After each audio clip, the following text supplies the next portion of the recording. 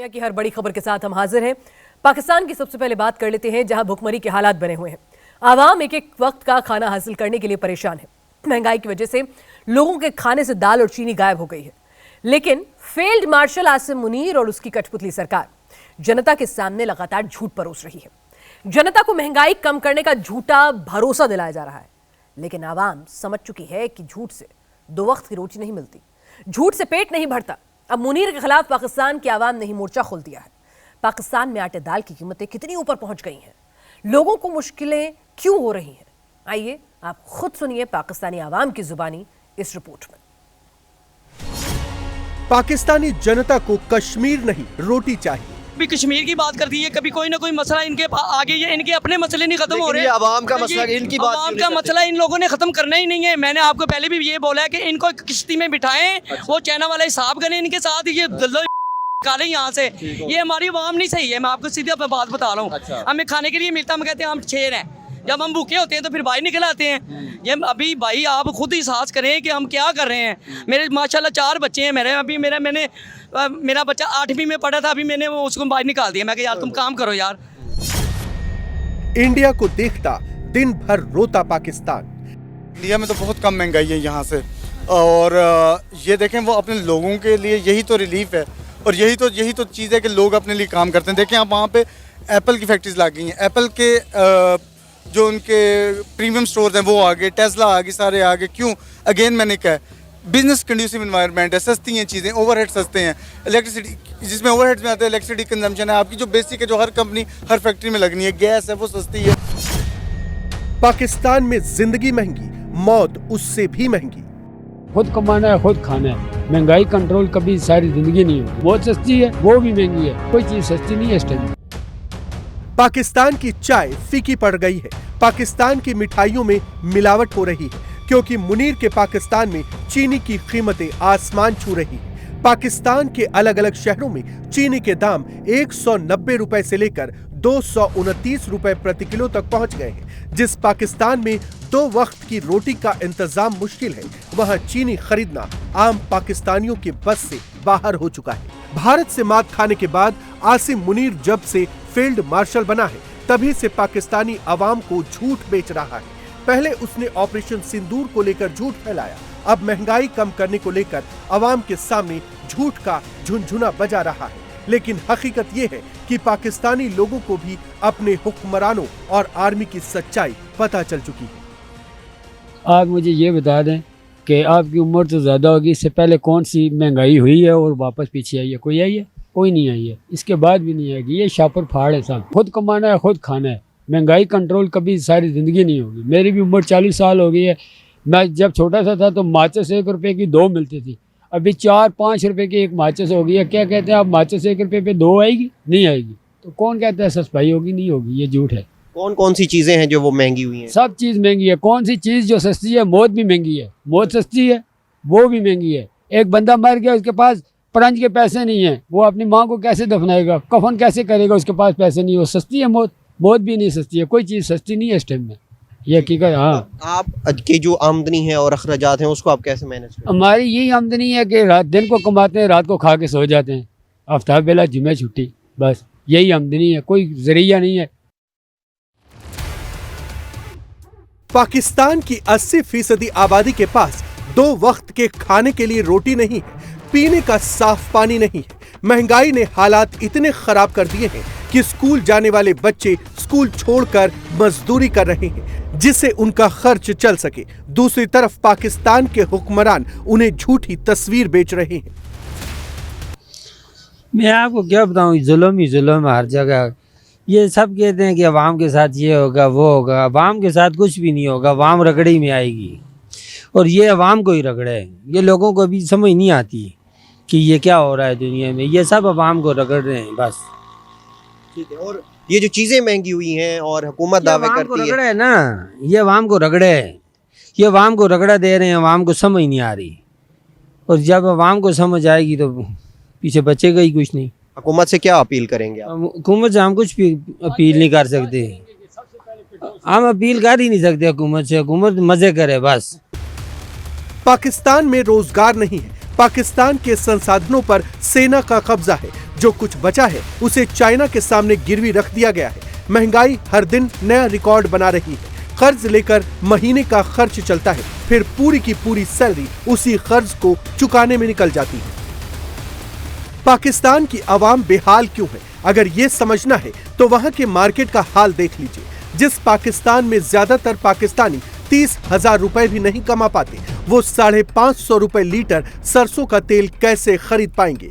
120 रुपए किलोग्राम आटा उनके बजट को पूरी तरह से बर्बाद कर देगा। 200 रुपए किलोग्राम का चावल शायद हफ्ते में 1-2 बार ही नसीब हो पाएगा। ये पैकेट कितने है, यानी कि कितने वजन का है? 1 पाव का है पैकेट। अच्छा, 150 का मिलेगा। 150 का मिल जाएगा, ठीक हो गया जी। बाकी वो गरी कौन सी वैरायटी में पड़ी है आपके पास? ये पड़ी है ना, छोटे वाली पड़ी है, अच्छी वाली। अच्छा, तो 1320 रुपये में मिल जाएगी। 1320 में। और ये चना जो है, ये भुजा हुआ चना आपको 380 रुपये मिल जाएगा। 380 रुपये किलो मिल जाएगा। घी है, शबाज घी, ऐसे यही है ना सबसे महंगा। ये कितने में 1 kg देते हो? 500 रुपये किलो है। 500 रुपये का 1 kg है। तो ये देखें, ये हमारे यहाँ कुछ रूह अफ़ज़ा की बोतल है इस तरह की। ये कितने की है? ये आपको 800 में मिलेगी। 800 रुपये में। कितने लीटर है ये? 1.5 लीटर है। 1.5 लीटर है। और लीटर वाली? लीटर वाली आपको मिलेगी 450 रुपये। 450 रुपये में। ये सरसों ऑयल है, ये कितना है? ये 1 लीटर है। ये कितने का है? 540 का मिलेगा। 540 रुपये में ऑयल का 1 लीटर जो है वो सरसों का ऑयल है, ये है ना। तो ये देखें, ये हमारे यहाँ इस तरह से चीनी है और ये कुछ तपासे वगैरह और तमाम, ये देखें बड़ी दुकान है और ये स्टोर बना हुआ है। तो ये देखिए, ये तमाम आइसक्रीम का रेट जो है वो यहाँ लगा हुआ है, आप लोग देख सकते हो। अभी ये 90 रुपये की, ये कैन 80 रुपये का, 40 का, और तमाम यहाँ आप लोगों को जो है प्राइजेस देखने को मिल रही है। देख लो 800, 50, और ये यहाँ के आइसक्रीम की प्राइजेस है, देख सकते हो आप लोग। पाकिस्तान की अर्थव्यवस्था उधार पर चल रही है। हर महीने मुनीर और शहबाज की जोड़ी किसी न किसी मुल्क के सामने कटोरा लेकर पहुंच जाते हैं और भीख से मिले पैसों से वो अपनी गरीब आवाम के लिए रोटी का इंतजाम नहीं करते, बल्कि भारत में आतंकवाद फैलाने के लिए फंडिंग करते हैं, हथियार खरीदते हैं। पाकिस्तान में आजादी के बाद से वहां के लोगों के मन में कश्मीर को लेकर भारत के खिलाफ जहर बोया गया, लेकिन अब पाकिस्तानियों को भी समझ में आ गया है कि कश्मीर नहीं बल्कि पेट भरने के लिए रोटी की जरूरत है। जम्मू कश्मीर डेवलपमेंट के मामले में भारत के दूसरे राज्यों को पीछे छोड़ रहा है। कश्मीर के कोने कोने में तिरंगा लहरा रहा है। दूसरी तरफ पाकिस्तान के कब्जे वाले कश्मीर में आजादी की तहरीर चल रही है। पाकिस्तान से और मुनीर की आर्मी के जुल्म के खिलाफ लोग सड़क पर उतरे हुए हैं। पाकिस्तान में इंडिया के बिजनेस मॉडल की तारीफ हो रही है। भारत की आर्थिक ताकत के पाकिस्तानी भी मुरीद हो चुके हैं। हालात ऐसे बन गए हैं कि विदेशों में रहने वाले पाकिस्तानी भी अब अपने मुल्क में इन्वेस्ट करने को तैयार नहीं। पाकिस्तान की सरकार और सेना भी जानती है कि कश्मीर को वापस लेना तो नामुमकिन है ही, अपने कब्जे वाले कश्मीर को बचा पाना भी मुश्किल है। लेकिन मुनीर एंड कंपनी जानती है, जिस दिन भारत के खिलाफ उनका प्रोपेगेंडा वॉर खत्म हो जाएगा, पाकिस्तान की आवाम उन्हें रावलपिंडी से उठाकर बाहर फेंक देगी। सीतापुर, अलीगढ़, औरैया, यूपी में आखिर माहौल खराब करने की साजिश कौन कर रहा है? सीतापुर में मंदिर के अंदर घुसकर आखिर किसने मूर्तियों को खंडित किया? क्या किसी साजिश के तहत मूर्तियां खंडित की गईं ताकि कानून व्यवस्था बिगड़े, यूपी का माहौल खराब हो? यूपी के शहर शहर कौन माहौल खराब करने की साजिश रच रहा है, देखिए हमारी इस रिपोर्ट में।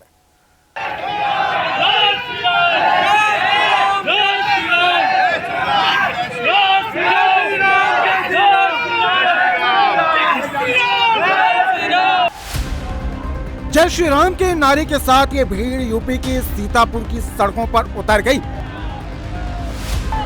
लोगों में गुस्सा, आक्रोश, ये गुस्सा, ये आक्रोश पुलिस प्रशासन का खिलाफ है, असामाजिक तत्वों का खिलाफ है। ये सभी लोग सीतापुर में मंदिरों के अंदर मूर्तियों को खंडित करने के खिलाफ सड़क पर उतरे। इनकी एक ही मांग है, मंदिरों में नई मूर्ति की प्राण प्रतिष्ठा से पहले आरोपियों को पुलिस अरेस्ट करे। दोनों लोगों ने कहा है कि हम नई मूर्तियों की व्यवस्था करते हैं। इसके साथ ही इन प्रकरण पर एफआईआर दर्ज होगी। प्राण प्रतिष्ठा की तिथि तय होने के पहले हम आग्रह भी करते हैं, निवेदन भी करते हैं कि ऐसे असामाजिक तत्व को जिसने भी किया है वो बचने न पाए, उसको पकड़ करके उस पर वैधानिक कार्रवाई की जाए।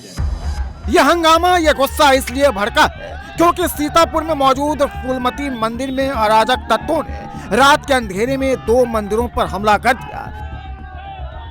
मंदिर में मौजूद करीब 9 से 10 मूर्तियों को खंडित कर दिया। सुबह जब लोग उठे तो खंडित मूर्तियों को देखकर उनका गुस्सा भड़क गया। पूरे गांव में माहौल गर्म हो गया।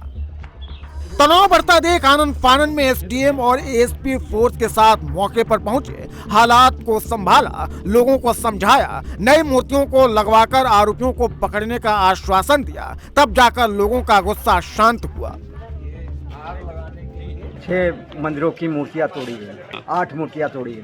कृष्ण, राधा कृष्ण, बालाजी और साईं भगवान और गौरी माता, भैरव बाबा, शंकर जी, हनुमान जी की, शिव जी की, भैरव बाबा की और कुछ और छोटी मूर्तियाँ जो कि देवी दुर्गा जी की है, क्षतिग्रस्त की गई हैं और शीघ्र ही इस पर हम लोगों द्वारा निरीक्षण करके इसका खुलासा किया जाएगा। माहौल तो गर्म अलीगढ़ में भी है, जहां शादी समारोह में जमकर लाठी डंडे चले हैं, लात घूंसे बरसे हैं। यह तस्वीरें अलीगढ़ के अतरौली की है, जहां शादी समारोह में लड़का और लड़की पक्ष वाले आपस में भिड़ गए। दोनों पक्षों के बीच जमकर लाठी डंडे चले। शादी का मंडप महाभारत के मैदान में तब्दील हो गया। दोनों पक्ष एक दूसरे को गिरा गिरा कर पीटने लगे। जिसके हाथ जो लगा वो उसी से सामने वाले पर वार कर दिया। बाहर सड़क पर लाठी डंडे चल रहे थे तो हॉल के अंदर भी हमले हो रहे थे। यहाँ टेंट के सामान को ही हथियार बना लिया गया था। टेंट के सामान को उखाड़ उखाड़ कर सामने वाले पर अटैक किया गया। इस मारपीट में दूल्हे के चचेरे भाई की मौत हो गई, जबकि दोनों तरफ से 1 दर्जन से ज्यादा लोग घायल हो गए। दिन दहाड़े बीच बाजार बन गया जंग का अखाड़ा। लाठी डंडों से लैस युवक एक दूसरे पर करने लगे वार। बदमाशों ने डंडे से इतना मारा कि एक युवक जमीन पर गिर पड़ा, लेकिन उसके बाद भी बदमाश शांत नहीं हुए। जमीन पर गिरे शख्स पर तब तक लाठी से हमला करते रहे जब तक कि वो लहूलुहान नहीं हो गया। बाजार के सामने लाठी डंडों से मारपीट का ये वीडियो उत्तर प्रदेश के औरैया से आया है, जहां एक दुकानदार को दबंगों को गाली देने से रोकना महंगा पड़ गया। दबंगों ने दुकानदार पर लाठी डंडे से हमला बोल दिया। दबंगों ने न सिर्फ दुकानदार को पीटा बल्कि उसे बचाने पहुंचे परिजनों पर भी लाठी डंडे बरसा दिए। मारपीट में कपड़ा व्यापारी और उसके परिजन गंभीर रूप से घायल हो गए। और यह कि दिव्यापुर थाना क्षेत्र की इस घटना का वीडियो सोशल मीडिया पर वायरल है। जब ये वीडियो लोकल पुलिस तक पहुंची तो वो एक्शन में आई। व्यापारी और उसके परिजनों के साथ मारपीट करने के आरोप में पुलिस ने 5 नामजद समेत 15 अज्ञात लोगों के खिलाफ गंभीर धाराओं में केस दर्ज किया है। पाकिस्तान हर बार भारत के खिलाफ एटमी वॉर की धमकी देता था। मुनीर हर स्टेज से पाकिस्तान के एटमी पावर का बखान करता था। मुनीर पाकिस्तान के न्यूक्लियर कमांड पर टोटल कंट्रोल हासिल करने की कोशिश में है। उसे लगता था कि वो भारत के खिलाफ न्यूक्लियर हमले का ऑर्डर देगा, लेकिन भारतीय सेना ने मुनीर की परमाणु नीति बदल डाली है। कैसे कुछ घंटों के अंदर इंडियन फोर्सेस पाकिस्तान का भूगोल बदल देंगे, कैसे मुनीर को परमाणु बटन दबाने का मौका तक नहीं देंगे, उसका लाइव एग्जाम्पल पूरी दुनिया ने देख लिया है।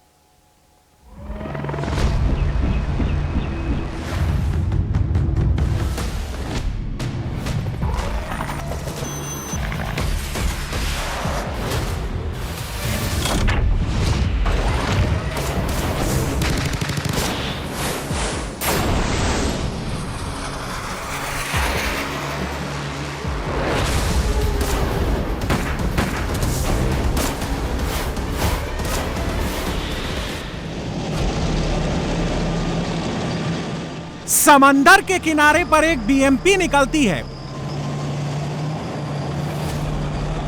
उससे गाढ़ा सफेद धुआं निकल रहा है। उसके ठीक पीछे एक और बीएमपी तेज स्पीड में आ रही है। इससे भी धुआं निकल रहा है। इतना ज्यादा धुआं है, पूरा सीन धुएं से कवर हो जाएगा। समुद्री तट पर T-72 टैंक भी धुआं निकाल रहा है। इतना धुआं कि उसके पीछे कुछ नजर नहीं आ रहा। कमांडो तैनात हैं, तभी धुआं वाला विस्फोट होता है। जिस रंग की रेत है, ठीक वैसा ही धुआं निकलने वाला। सरक्रीक हो या फिर कराची, जब इंडियन फोर्सेस पाकिस्तान का भूगोल बदलने उतरेंगी तो ऑपरेशन के सबसे अहम स्टेज में यह धुआं सबसे काम का होगा।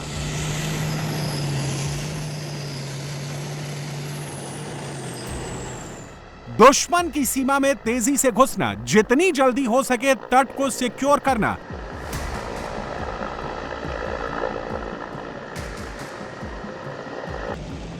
पीछे आ रहे जंगी जहाजों के लिए रास्ता साफ करना, यह सबसे जरूरी काम होता है। अगर ऑपरेशन का पहला स्टेज क्लियर हो गया तो दुश्मन के लिए आगे बढ़ती सेना को रोक पाना मुश्किल होता है।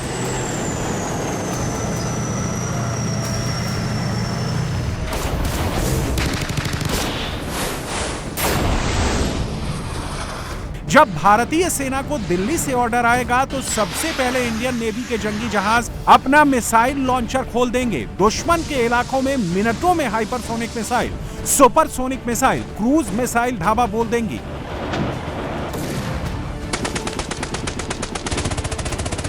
ये तबाही इतनी भीषण होगी, इतनी तीव्र होगी, दुश्मन को अपनी पोस्ट को छोड़ना पड़ेगा।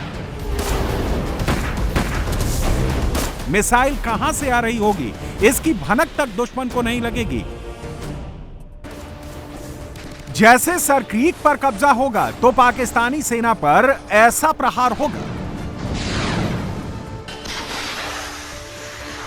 जब पाकिस्तानी सेना की पहली लाइन ऑफ डिफेंस टूट जाएगी तो फिर इंडियन नेवी के युद्धपोत दिखाई देने लगेंगे।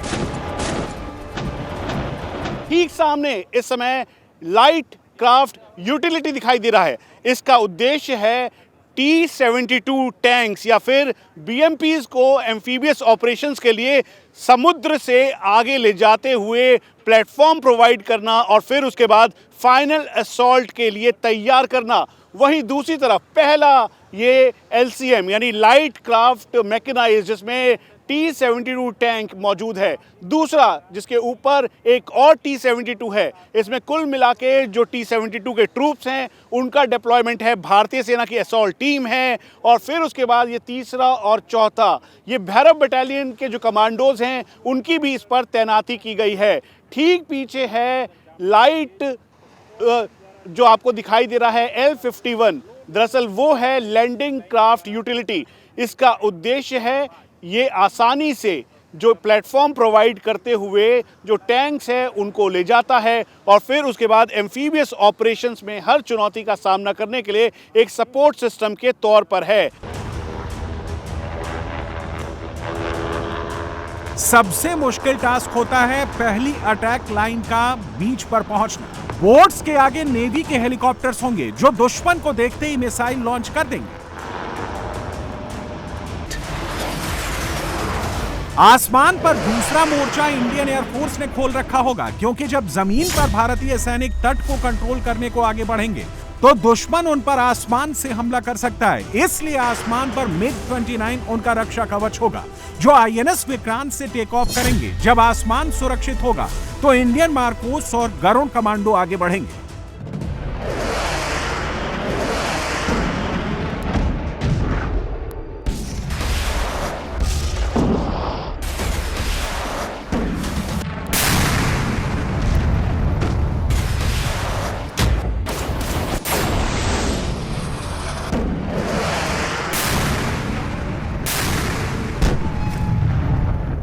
एक्सरसाइज त्रिशूल में एम्फीबियस ऑपरेशंस के तौर पर इस समय भारतीय नौसेना के सीकिंग हेलीकॉप्टर के जरिए जेमिनी बोर्ड पर इस समय मार्कोस को डिप्लॉय किया जा रहा है ताकि वो आगे की तरफ आएं। वहीं दूसरी तरफ यहां पर भारतीय वायुसेना के Mi-17 V5 हेलीकॉप्टर के द्वारा भारतीय वायुसेना के गरुड़ कमांडोज एक एक करके नीचे उतर रहे हैं और फिर उसके बाद ये पूरा ऑपरेशन इस समय किया जा रहा है। दरअसल हम आपको बता दें कि इस समय एक्सरसाइज त्रिशूल के तहत ये एम्फीबियस ऑपरेशंस में गरुड़ कमांडोज, मार्कोस और स्पेशल फोर्सेस तीनों एक साथ अग्रेसिव ऑपरेशन कर रहे हैं। इंडियन नेवी के स्पेशल कमांडो की गन पर जरा गौर करें। आपने इंडियन आर्मी को कई बार देखा होगा, लेकिन इस स्पेशल कमांडो की गन कुछ अलग है, कुछ बेहद खास है। हर कमांडो के पास यही गन है। ये है टैवोर X-95 जो इंडियन स्पेशल फोर्स के पास होती है। सबसे खतरनाक मिशन के लिए सबसे सही चॉइस को टैवोर X-95 कहा जाता है। स्पेशल ऑपरेशन की पहली पसंद। टैवोर X-95 इजराइल की गन है। 1 मिनट में 750 से 950 राउंड फायर कर सकती है। टैवोर X-95 दुनिया की बेस्ट गन में से एक है। इजराइल गाजा जंग और रूस यूक्रेन युद्ध में इसी गन का सबसे ज्यादा इस्तेमाल हो रहा है। इंडिया में टैवोर X-95 का निर्माण भी होता है। सबसे खतरनाक शस्त्र के साथ सबसे खतरनाक कमांडो सबसे बड़ा ऑपरेशन लॉन्च करेंगे। ऑपरेशंस में इस समय दुश्मन के खेमे को एम्फीबियस ऑपरेशंस के तहत पानी से उतरकर जमीन पर आते हुए लगातार ध्वस्त करने के लिए अब ये भारतीय नौसेना के मार्कोस पूरी तरह से डिप्लॉय हो रहे हैं। साथ में इंटीग्रेटेड ये एक्सरसाइज है, तो इसीलिए अब दूसरी तरफ गरुड़ कमांडोज भी इसमें हिस्सा ले रहे हैं। चुनौती इस बात की है कि जल्द से जल्द इनको न्यूट्रलाइज करना, इसीलिए ये एरिया को कॉर्डन करते हुए आगे की तरफ बढ़ रहे हैं ताकि मोर्चा संभालते हुए ये तुरंत एक्शन कर सके। ये दूसरा पड़ाव है, यानी इसका मतलब है कि दुश्मन के एरिया में घुसकर एरिया को डोमिनेट करना और फिर उसके बाद पूरी तरह से दुश्मन को ध्वस्त कर देना। जब यह युद्धाभ्यास हो रहा था उस वक्त भारतीय सेना के तीनों फोर्स के 3 बड़े कमांडर मौजूद थे। त्रिशूल वॉर एक्सरसाइज के दौरान सदर्न वेस्टर्न कमांड के कमांडर लेफ्टिनेंट जनरल धीरज सेठ ने कुछ ऐसा कह दिया था जिसको सुनकर पाकिस्तान के होश उड़ गए। हमारे भारतीय फौज की एक डॉक्ट्रिन होती थी जिसको हम कोल्ड स्टार्ट डॉक्ट्रिन कहते थे, जिसके तहत फौज मोबिलाइज करती थी और मोबिलाइज के बाद ऑपरेशनल एरिया में कारगर होने के लिए रेडी होती थी। परंतु अब समय आ गया रुद्र ब्रिगेड के साथ कोल्ड स्टार्ट डॉक्ट्रिन को कोल्ड स्ट्राइक डॉक्ट्रिन में तब्दील करने का। पाकिस्तान के न्यूक्लियर हथियारों के खिलाफ इंडियन आर्मी ने कोल्ड स्टार्ट डॉक्ट्रिन बनाई थी, अब कोल्ड स्ट्राइक डॉक्ट्रिन में तब्दील हो गई, यानी पाकिस्तान पर हमला नजदीक है।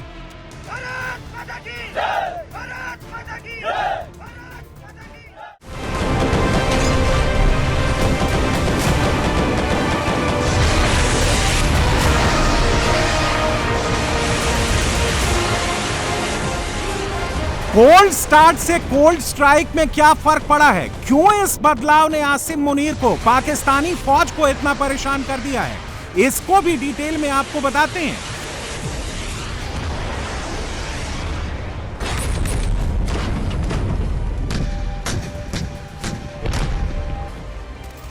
अगर पाकिस्तान और हिंदुस्तान के बीच युद्ध शुरू हुआ तो सिर्फ एक जगह नहीं होगा, सिर्फ एलओसी पर लड़ाई नहीं होगी, सिर्फ विवादित जगहों पर गोली नहीं चलेगी।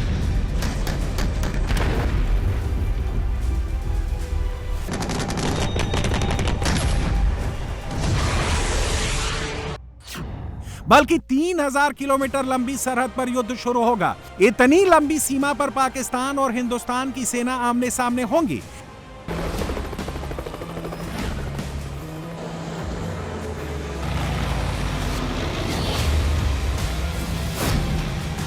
ऐसी नौबत के लिए सेना का बड़ा मूवमेंट होता है। लाखों सैनिकों को बॉर्डर पर भेजने के लिए, तोपखाने को बॉर्डर पर लगाने के लिए वक्त लगता है। इतने वक्त में पाकिस्तानी सेना को संभलने का मौका मिल जाएगा। हार के डर से मुनीर पहले ही न्यूक्लियर अटैक का ऑर्डर दे सकता है। इंडियन आर्मी को रोकने के लिए पाकिस्तान पहले ही न्यूक्लियर जंग छेड़ सकता है, जिसके डर से दुनिया युद्ध रोकने की अपील करना शुरू कर देगी। इसका तोड़ है कोल्ड स्ट्राइक डॉक्ट्रिन, जिसके लिए रुद्र ब्रिगेड तैयार है। जैसा रुद्र का अर्थ होता है वैसे ही रुद्र ब्रिगेड का काम होता है प्रचंड वार, प्रचंड प्रहार। इंडियन आर्मी ने ऐसी ब्रिगेड तैयार की है जिसके पास अपना तोपखाना, artillery, air defence system, communication system, सब कुछ एक साथ एक जगह पर 24/7 अटैक के लिए तैयार रहता है।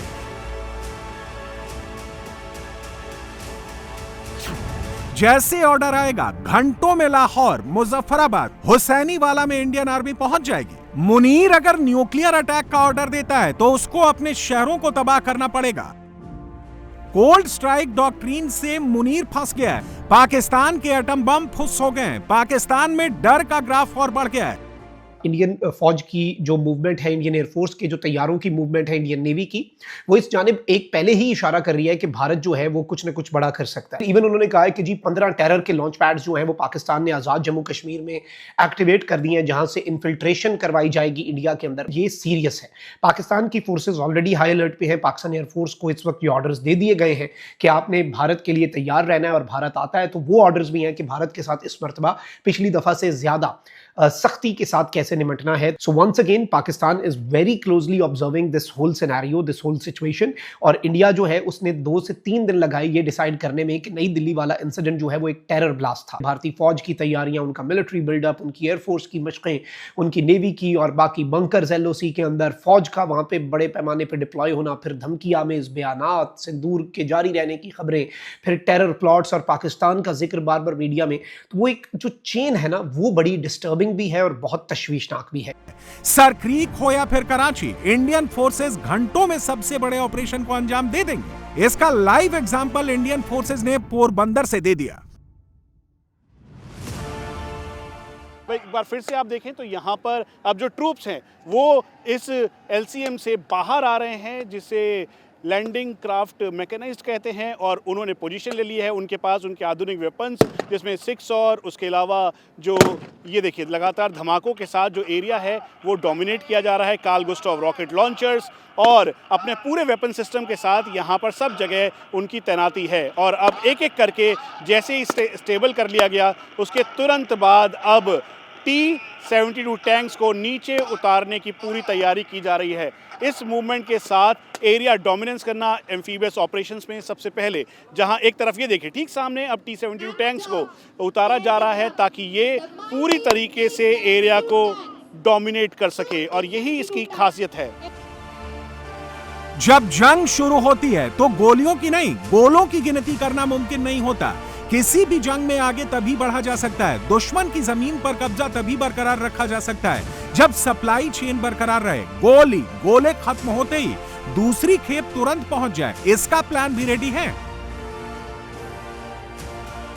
भारतीय नौसेना के हेलीकॉप्टर के द्वारा अब जो मोटार्स हैं उनको ड्रॉप किया जा रहा है ताकि यहां से फायर सपोर्ट दिया जा सके। एक तरफ जहां मोटार को ड्रॉप किया है तो वहीं दूसरी तरफ जो मार्कोस हैं वो एक एक करके लैंड कर रहे हैं। उद्देश्य बिल्कुल क्लियर है कि दुश्मन के इलाके को पूरी तरह से ध्वस्त करना, और यही भारतीय नौसेना की जो काबिलियत है उसे दिखाते हुए यहाँ पर इस ऑपरेशन को अंजाम दिया जा रहा है।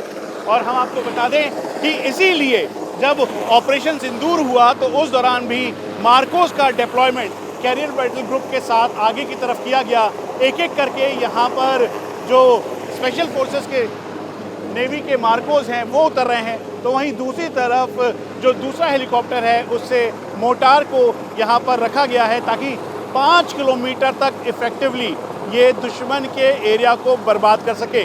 और इस समय ऑपरेशन का वो पड़ाव है जहाँ एक तरफ जो भारतीय नौसेना का सीकिंग हेलीकॉप्टर है उसके ज़रिए एक एक करके मार्कोस को नीचे लैंड करवाया गया, तो वहीं दूसरी तरफ अब एरिया को डोमिनेट करते हुए मार्कोस का डिप्लॉयमेंट फर्दर आगे जा रहा है ताकि चुनौतियों का सामना किया जा सके और दुश्मन को पूरी तरह से तबाह कर दिया जाए। जहां पर युद्धाभ्यास हो रहा है वहां से पाकिस्तान ज्यादा दूर नहीं है। पाकिस्तानी साइड वाली सरक्रीक, पाकिस्तानी समुद्री सीमा दूर नहीं है।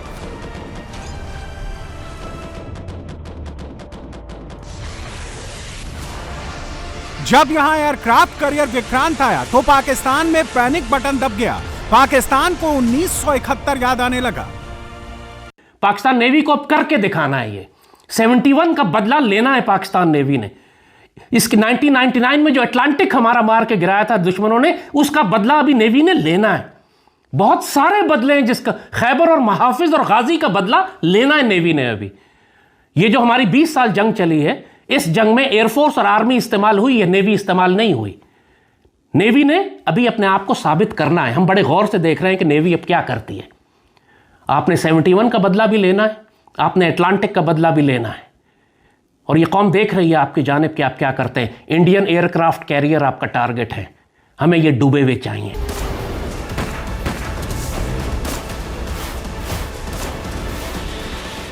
विक्रांत अकेला नहीं चलता है, विक्रांत के साथ नेवी का जंगी बेड़ा चलता है। 4 डिस्ट्रॉयर साथ चलते हैं, जिसमें ब्रह्मोस मिसाइल मौजूद होती है। 4 फ्रिगेट्स युद्धपोत होते हैं, जिसमें बारूद ही बारूद भरा होता है। समंदर के नीचे न्यूक्लियर सबमरीन विक्रांत के साथ चलती है। विक्रांत में सिर्फ मिसाइल नहीं होती, बल्कि विक्रांत के पास अपनी एयरफोर्स भी होती है।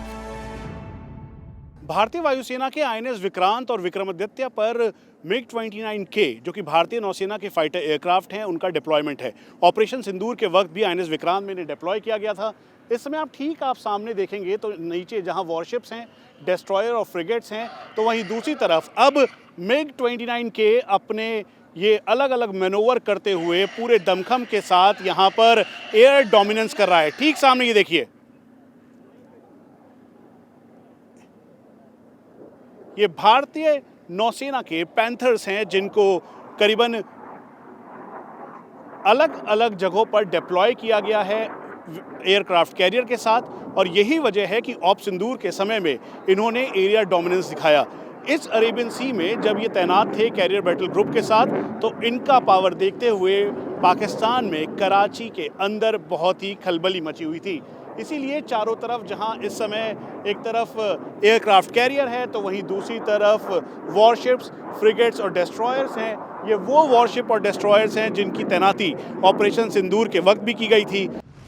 इंडियन आर्मी, इंडियन एयरफोर्स और इंडियन नेवी का दम आपने कई बार देखा होगा। इन तीनों सेनाओं के पराक्रम के चर्चे पाकिस्तान में भी आम हैं, लेकिन मुनीर को सबक सिखाने के लिए एक नई फोर्स तैयार हो गई है। कितनी स्पीड से, कितनी एक्यूरेसी से ड्रोन फोर्स दुश्मन पर हमला कर रही है।